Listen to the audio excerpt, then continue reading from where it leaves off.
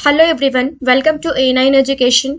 आज के इस वीडियो में हम 78th बीपीएससी सीरीज में स्टार्ट करेंगे भारत पर तुर्की आक्रमण। महमूद गजनवी से रिलेटेड सारे के सारी चीज़ें हम यहाँ पे रिवाइज करेंगे। इससे पहले हमने एंशिएंट हिस्ट्री का सारा वीडियो कंप्लीट करके रखा है। शाम के 7 बजे आपको वीडियोस प्रोवाइड कर दिए जाते हैं और मिडिवल हिस्ट्री का ये 4th वीडियो हम स्टार्ट कर रहे हैं और काफ़ी इंपॉर्टेंट टॉपिक है। यहाँ से 1 मार्क से क्वेश्चन आप अपने ना सिर्फ बीपीएससी एग्जाम में, किसी भी एग्जाम में आप एक्सपेक्ट कर सकते हैं। आई होप आपको मेरी मेहनत पसंद आ रही होगी। तो मेरा प्लीज़ एक हेल्प करिए कि आप जो भी वीडियोस देखते हैं आप किसी भी प्लेटफॉर्म पे उसको शेयर कर दीजिए। किसी भी प्लेटफॉर्म पे आप शेयर कर सकते हैं। और अगर मेरी मेहनत पसंद आती है तो चैनल को लाइक एंड सब्सक्राइब कर सकते हैं आप। साथ ही साथ कोई भी कमी नज़र आती है तो कमेंट सेक्शन में मुझे कमेंट करके बताइए। महमूद गजनवी के बारे में हम स्टार्ट करते हैं और इसको स्टार्ट करने से पहले मैं आपको बताना चाहूँगी कि आज के इस वीडियो में हम क्या क्या कंप्लीट करेंगे। महमूद गजनवी से रिलेटेड फैक्ट्स देखेंगे, सोमनाथ के लूट के बारे में हम देखेंगे, कैसे लूटा, क्या क्या लूटा गया और कैसे कैसे हिंसा हुआ और किस किस ने इसका विरोध किया। महमूद गजनवी के प्रमुख आक्रमण के बारे में देखेंगे जिसमें हमें रिवाइज करना है लाहौर और मुल्तान का विलय, गंगा के मैदान में जो हुआ था अभियान वो, उसके बाद हम जो जिस राज्य में हुआ, किस वर्ष में हुआ, उससे रिलेटेड जो फैक्ट्स हैं वो हम सारी की सारी चीज़ें यहाँ पे रिवाइज करेंगे। सो ये सारी चीज़ें आपको पेन पेपर लेके बैठना है और जो भी ऐसा लगता है कि हाँ ये कंफ्यूजन क्रिएट कर सकता है या ये पार्ट, ये पोर्शन मुझे नोट डाउन करना है, आप प्लीज़ उसको नोट डाउन कर लीजिएगा।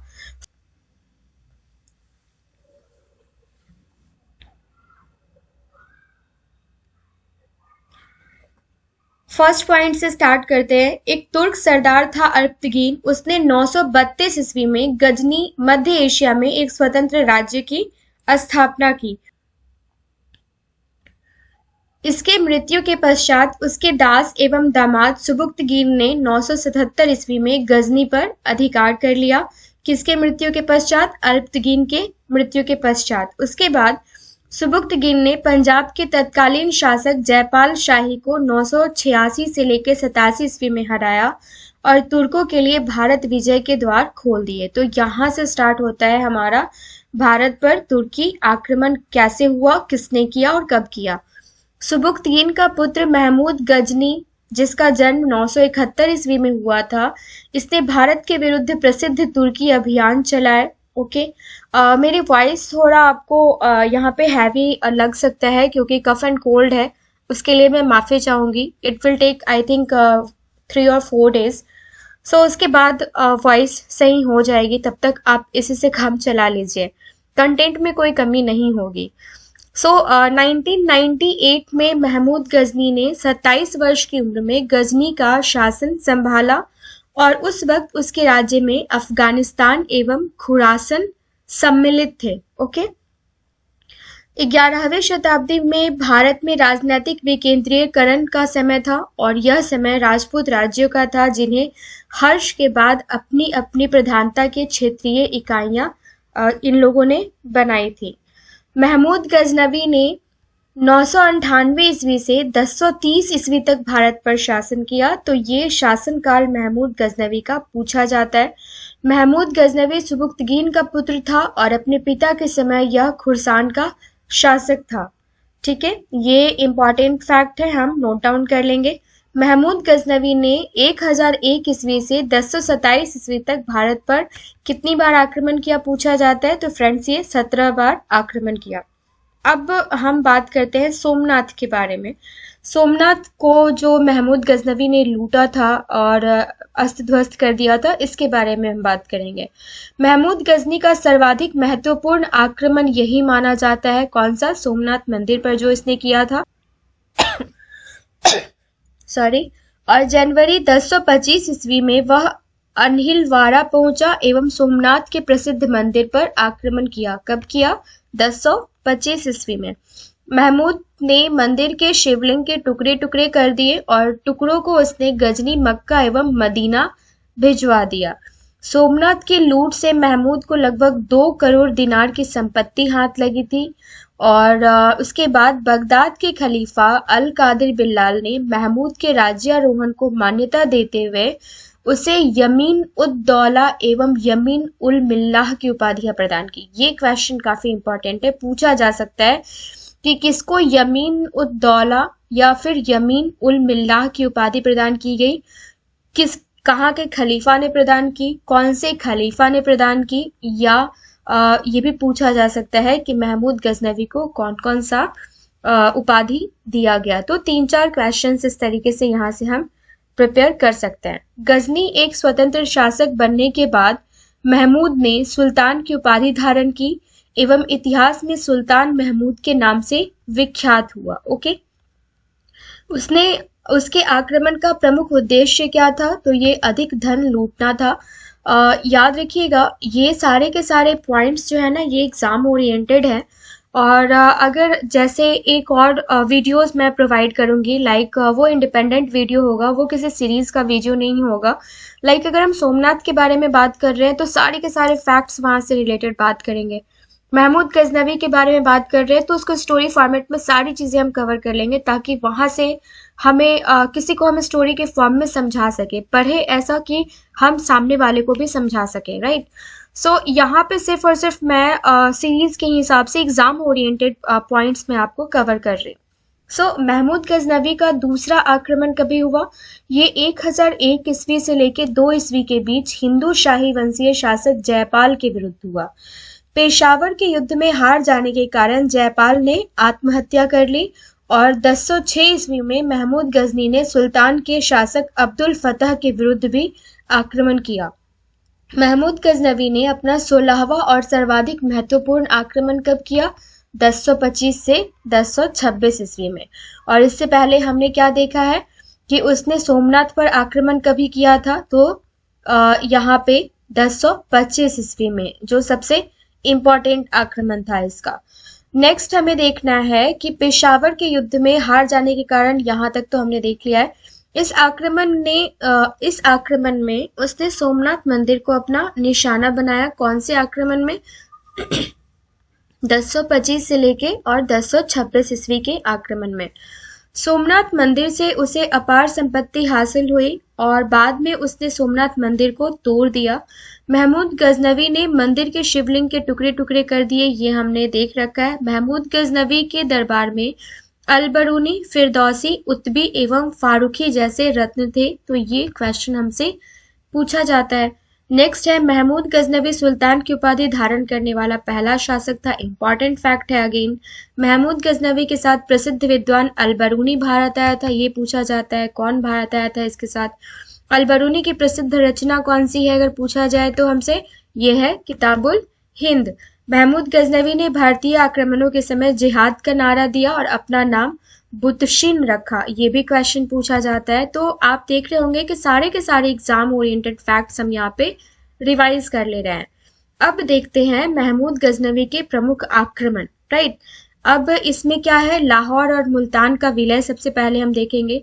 ये 1015 ईस्वी में महमूद ने लाहौर पर कब्जा करते हुए झेलम नदी तक अपने साम्राज्य का विस्तार किया। मुल्तान, जिस पर एक मुस्लिम सुल्तान का शासक था और उसका आनंद पाल के साथ गठबंधन था, यह भी महमूद द्वारा जीत लिया गया। कौन सा? मुल्तान। इस तरह महमूद ने पूर्वी अफगानिस्तान और फिर पंजाब एवं मुल्तान को जीतते हुए भारत में प्रवेश कर लिया। पंजाब के बाद उसने धन प्राप्ति के लिए गंगा के मैदानों में 3 अभियान किए। अब कौन कौन सा कैसे कैसे अभियान किया ये हम देख लेते हैं। गंगा के मैदान में जो अभियान चलाया गया उसके 1019 से लेके 1021 ईस्वी में गंगा घाटी में 2 और हमले किए। आगे उसका लक्ष्य क्या था? वो गंगा के मैदानों में अपने हमले के माध्यम से धन अर्जित करना चाहता था और सर्वप्रथम गंगा की घाटी में एक राजपूत गठबंधन को उसने तोड़ना था उसका मेन उद्देश्य। और फिर 1015 ईस्वी के अंत में वह हिमालय की तलहटी से होते हुए आगे बढ़ा और कुछ सामंती शासकों की मदद से बरन या बुलंद शहर के स्थानीय राजपूत शासक को पराजित किया। ऐसा क्यों हो सका? क्योंकि उस वक्त के जो शासक थे वो तितर बितर थे और सब में एक सामंजस्य नहीं था, सब में एक एकजुटता का भाव नहीं था। उसकी वजह से ये पॉसिबल हुआ।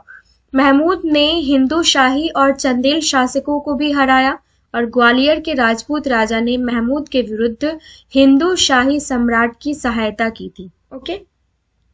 उत्तर भारत में इस तरह के अभियानों का उद्देश्य पंजाब से आगे महमूद के साम्राज्य का विस्तार करना नहीं था। वे केवल एक ओर राज्यों की संपत्ति को लूटना चाहते थे और दूसरी ओर ऊपरी गंगा दोआब को बिना किसी शक्तिशाली स्थानीय गढ़ के एक तटस्थ क्षेत्र बनाना चाहते थे। ये इनका मेन एम था। भारत में लूट से अर्जित धन ने मध्य एशिया में अपने शत्रुओं के विरुद्ध युद्ध में उसकी मदद की। किसकी? महमूद गजनवी की। इतना धन इसने लूट लिया था भारत से। अब किस किस वर्ष में कैसा कैसा इसने अभियान चलाया, तो जो राज्य थे, शासक कौन था और उससे रिलेटेड फैक्ट्स हम देख लेते हैं। जयपाल हिंदू शाही वंश पश्चिमोत्तर पाकिस्तान तथा पूर्वी अफगानिस्तान ये इसका क्षेत्र था। 1001 ईस्वी में जिसने आत्महत्या कर ली। जयपाल पराजित होकर बंदी बना और शाही राजधानी वहिंद उद्भांडपुर ध्वस्त कर दी गई। धन तथा हाथी देकर जयपाल मुक्त हुआ और अपमान की वजह से इसने आत्महत्या कर ली। बस हमें इतना ही जानना है, एग्जाम ओरिएंटेड फैक्ट्स, है ना। स्टोरी के फॉर्मेट में हम आगे देख लेंगे। मुल्तान पर अधिकार कर लिया गया और उस वक्त कौन शासक था? फतह दाऊद मुल्तान का। मुल्तान पर अधिकार कर लिया गया। शासक करमाथी जाति का था और शिया पंथ मानता था। ओके। दाऊद को हटाकर जयपाल के पुत्र और आनंदपाल के पौत्र सुखपाल को गद्दी दे दी गई और उसके बाद सुखपाल मुसलमान बना। नौशाह शाह उसका नाम रखा गया, परंतु पुनः हिंदू बना, अतः महमूद ने इसे हटाकर बंदी बना लिया।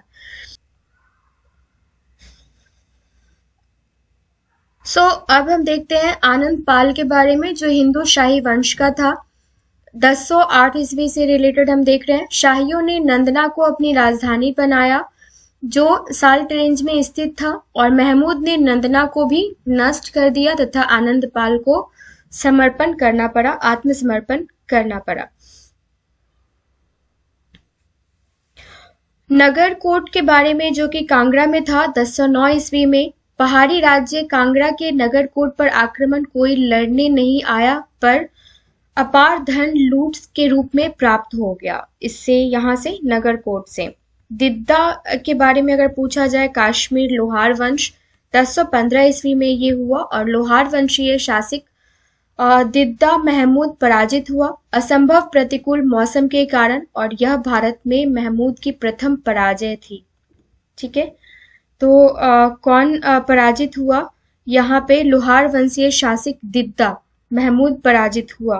ओके, फिर नेक्स्ट देखते हैं हम मथुरा वृंदावन के बारे में, जो 1015 में, और क्षेत्रीय कलचुरी शासक कोकल द्वितीय पराजित हुआ। यहाँ पे अगर पूछा जाए कि भारत में महमूद की प्रथम पराजय किसके अगेंस्ट में हुई थी, तो लोहार वंश के अगेंस्ट में, दिद्दा कश्मीर वाले युद्ध में 1015 ईस्वी में।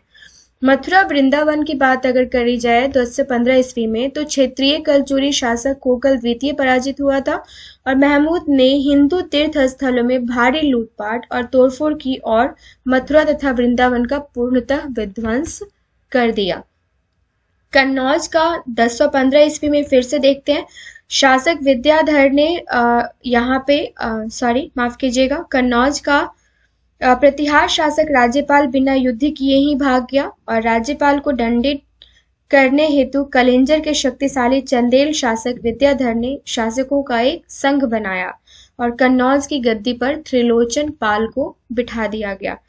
अब यहाँ पे बुंदेलखंड से रिलेटेड देखते हैं। 1019 ईस्वी, बुंदेलखंड राजधानी कलिंजर के चंदेल शासक विद्याधर ने एक विशाल सेना जुटाई। महमूद सेना देखकर विचलित हो गया और कोई निर्णायक युद्ध नहीं हुआ। किसमें? बुंदेलखंड वाले युद्ध में, 1019 के युद्ध में। अब बुंदेलखंड में ही 1021 में देखते हैं, पुनः आमना सामना हुआ इन दोनों का और कोई निर्णायक युद्ध नहीं हुआ। फिर से विद्याधर स्वतः ही एक मासिक कर देने को सहमत हो गया। किसको? महमूद गजनवी को।